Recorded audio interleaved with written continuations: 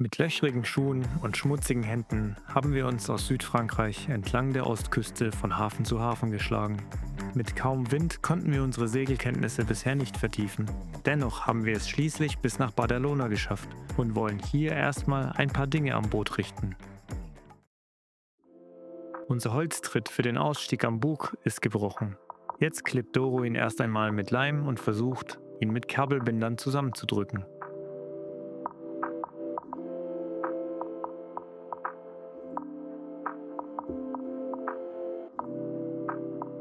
Mit offenen Haaren, aber mit Sicherheit sagt nein. Ja, ich mach nichts mit irgendwas zu drehen oder so. Nur Kleber rein. Und Kleberei. Konstruktion vollendet. So, erste Probe geglückt, scheint zu heben. Und damit nichts verschwendet ist, heben wir auch die kleinen abgeschnitten dann noch auf.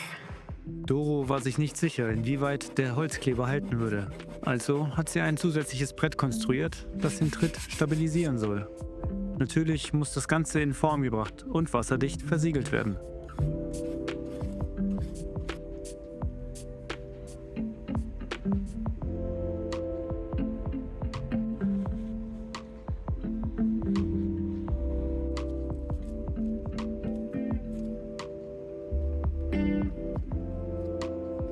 Doch die Schrauben waren zu kurz. Also probieren wir es erst einmal nur mit dem ursprünglichen Holztritt.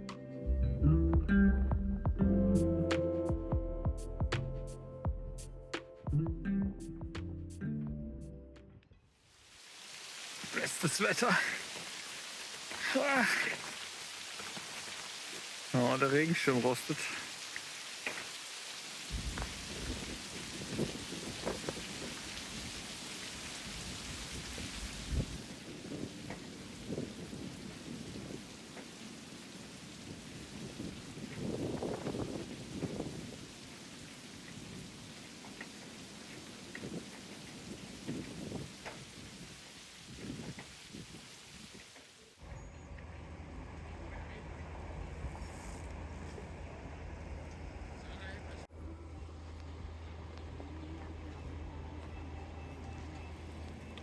Unsere Solarpaneele waren bisher einfach nur mit Leinen festgebunden. Provisorisch, aber besser als nichts. Und ja, die Kommentarspalte hatte dazu einiges zu sagen. Das Problem, auf dem Geräteträger flattern die Paneele bei stärkerem Wind gern mal gefährlich herum. Zeit also, das Ganze endlich vernünftig zu lösen.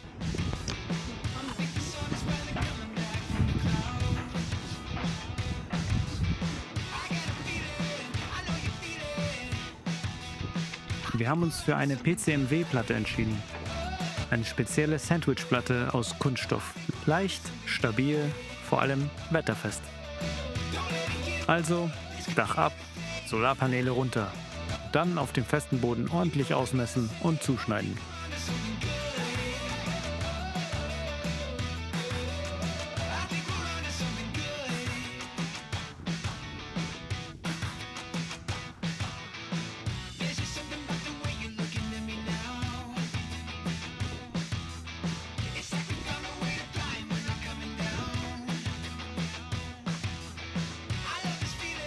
Ausgemessen, dann kann das Dach wieder zurückmontiert werden, denn der Steg ist nicht wirklich breit genug, um es dort liegen zu lassen.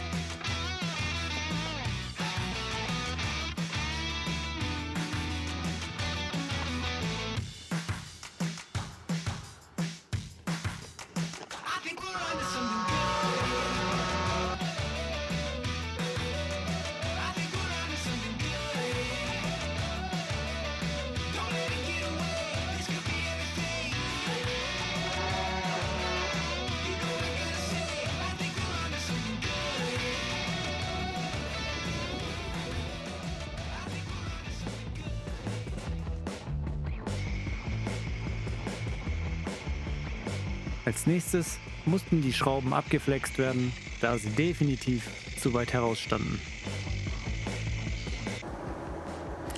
Oh Mann, war nicht so schlau, eine Stoffjacke bei heißen Metallarbeiten anzuziehen.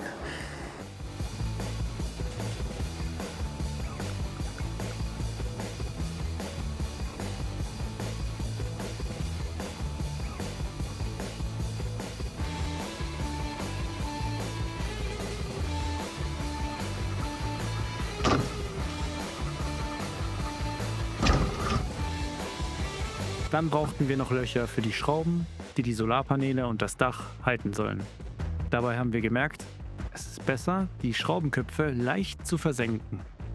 Teamwork vom Feinsten.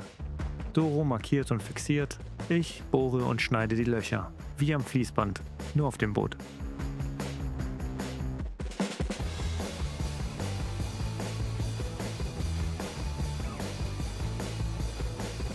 Jetzt noch mutig Löcher in die Solarpaneele. Oh Mann, Bohrer an. Jetzt noch die Folie ab. Solar putzen und dann sind wir fertig.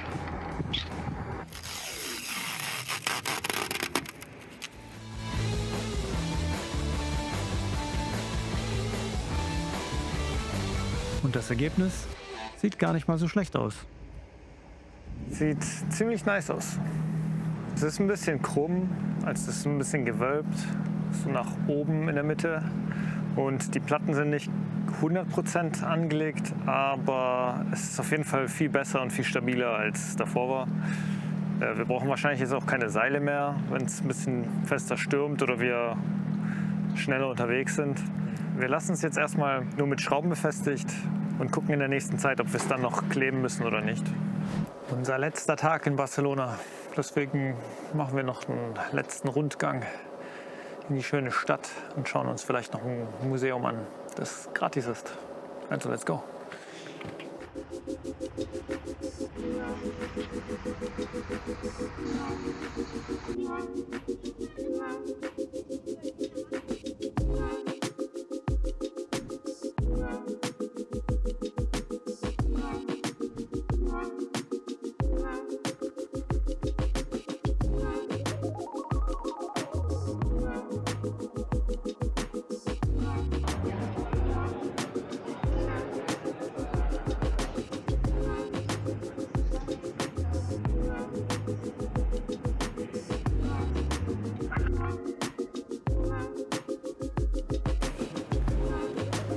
Ausflug zu Ende.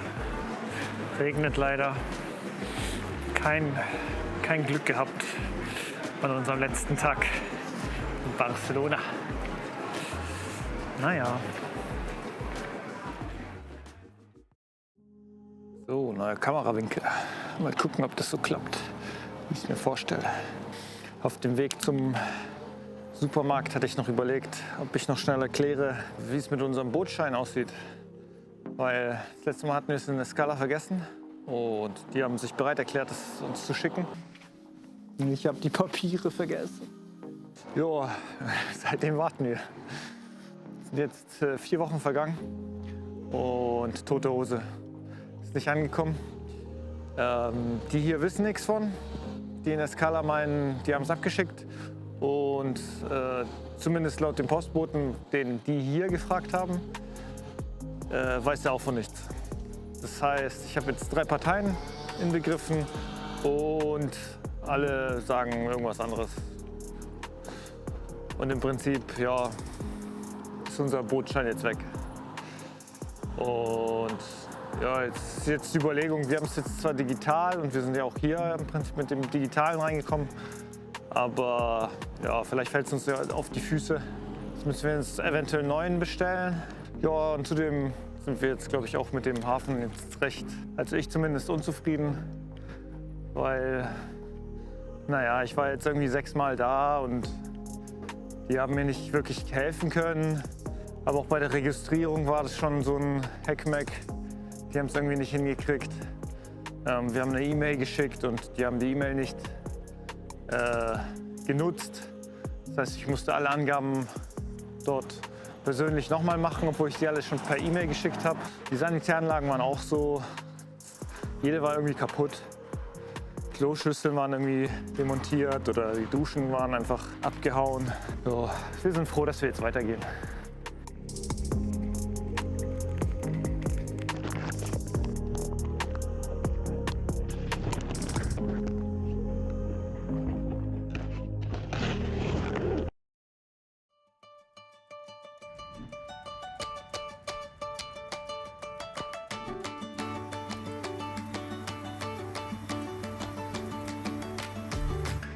So, unser letztes Nice to do in Barcelona. Churros von unserem Lieblingsmann. Sehr zu empfehlen, falls ihr hier landet.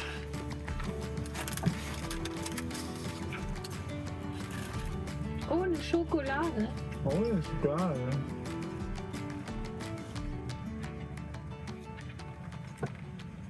Ich glaube, es heißt.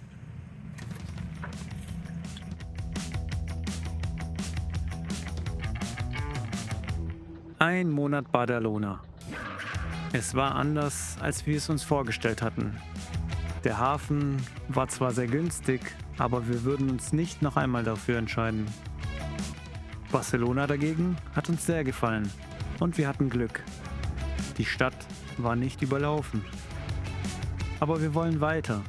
Endlich auch zu Orten, an denen man ankern kann. Denn die Preise im Mittelmeer werden bald unbezahlbar.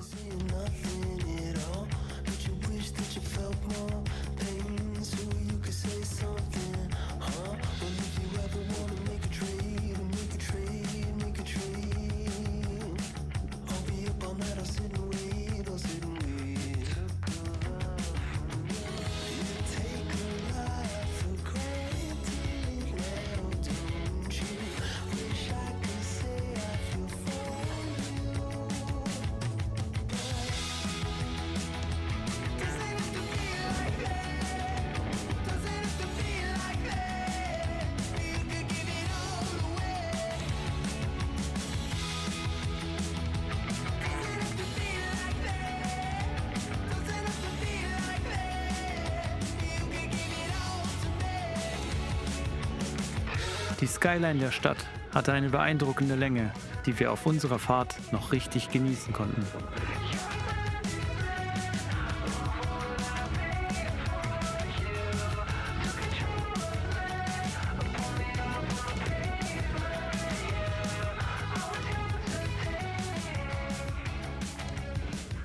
Heute haben wir ein bisschen Pech mit dem Wetter. Wir haben 2 Wettermodelle gecheckt. Eins hat gesagt, wir haben gar keinen Wind. Das andere hat gesagt, wir haben eigentlich guten Wind, schön von hinten, und beide hatten irgendwie Unrecht. Zudem nähern wir uns jetzt gleich auch noch einem Verkehrstrennungsgebiet, bei dem wir absolut gar nichts rausfinden konnten. Weder auf Navionics noch im Internet, wie wir jetzt drumherum fahren oder ob wir funken müssen. Keine Ahnung. Wir fahren jetzt einfach mal landnah dran vorbei, mal gucken, ob wir das dann hinkriegen und keinen Ärger kriegen. Funk ist an, AIS auch, also mal schauen.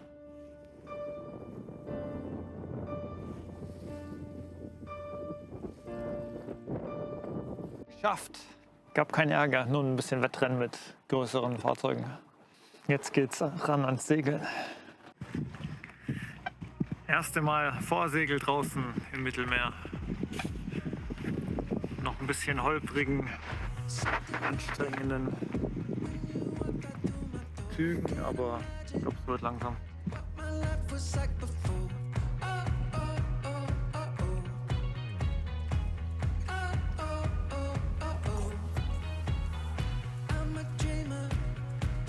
Es ist März, wir sind gut im Mittelmeer unterwegs, aber die Abende sind frisch, 13 Grad.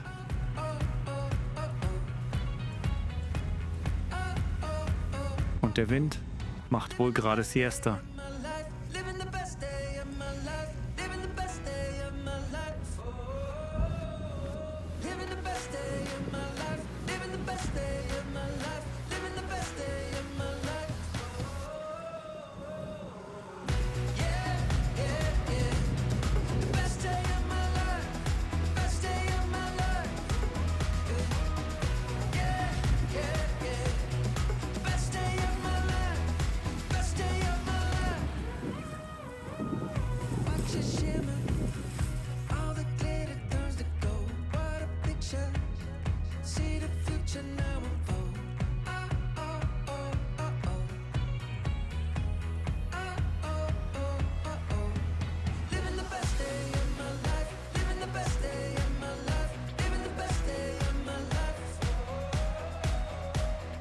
So, wir nähern uns langsam auch dem Ziel.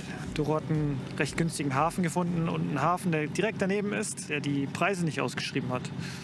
Und ja, da haben wir mal angerufen. Die haben gemeint, ja, kein Englisch, Spanisch ist bei mir jetzt noch nicht so. Deswegen haben wir uns geeinigt, okay, hey, schreibt doch einfach eine E-Mail. Das ist für alle einfacher. Okay, E-Mail geschrieben. Ja, keine Antwort gekriegt. Wir haben angerufen, nimmt keiner mehr ab. Also wir wurden halt geghostet von der Marina. Also ja, jetzt müssen wir halt in den ersten Hafen. Da zahlen wir voraussichtlich 26 pro Nacht.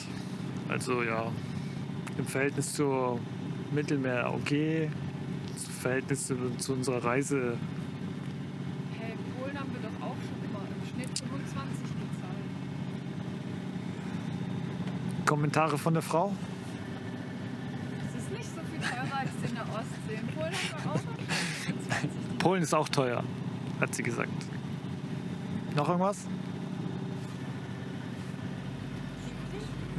Lüdi?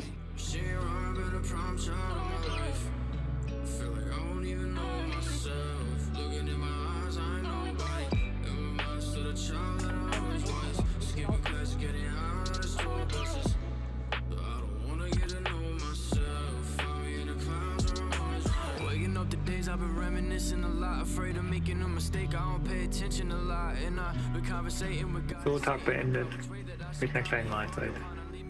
So, noch eine kleinere nächtliche Runde. Ich will mir jetzt noch die Bäder angucken. Ich nehme euch mal mit. Gucken wir es uns zusammen an. Ja, ansonsten ist hier tote Hose in Ginessa. Sowohl im Hafen, es sind kaum leuchtende Boote, noch ist hier eine große Stadt. Also ich sehe hier ein paar Häusle und laut den Marineros gibt es hier ein Restaurant und einen Supermarkt und das war's. Genau, und das ist noch der Schlüssel, auch sehr abgefahren, haben wir auch noch nie so gesehen. Jetzt auch 10 Euro Pfand dafür hinterlegen. Jeder Hafen irgendwas anderes Witziges.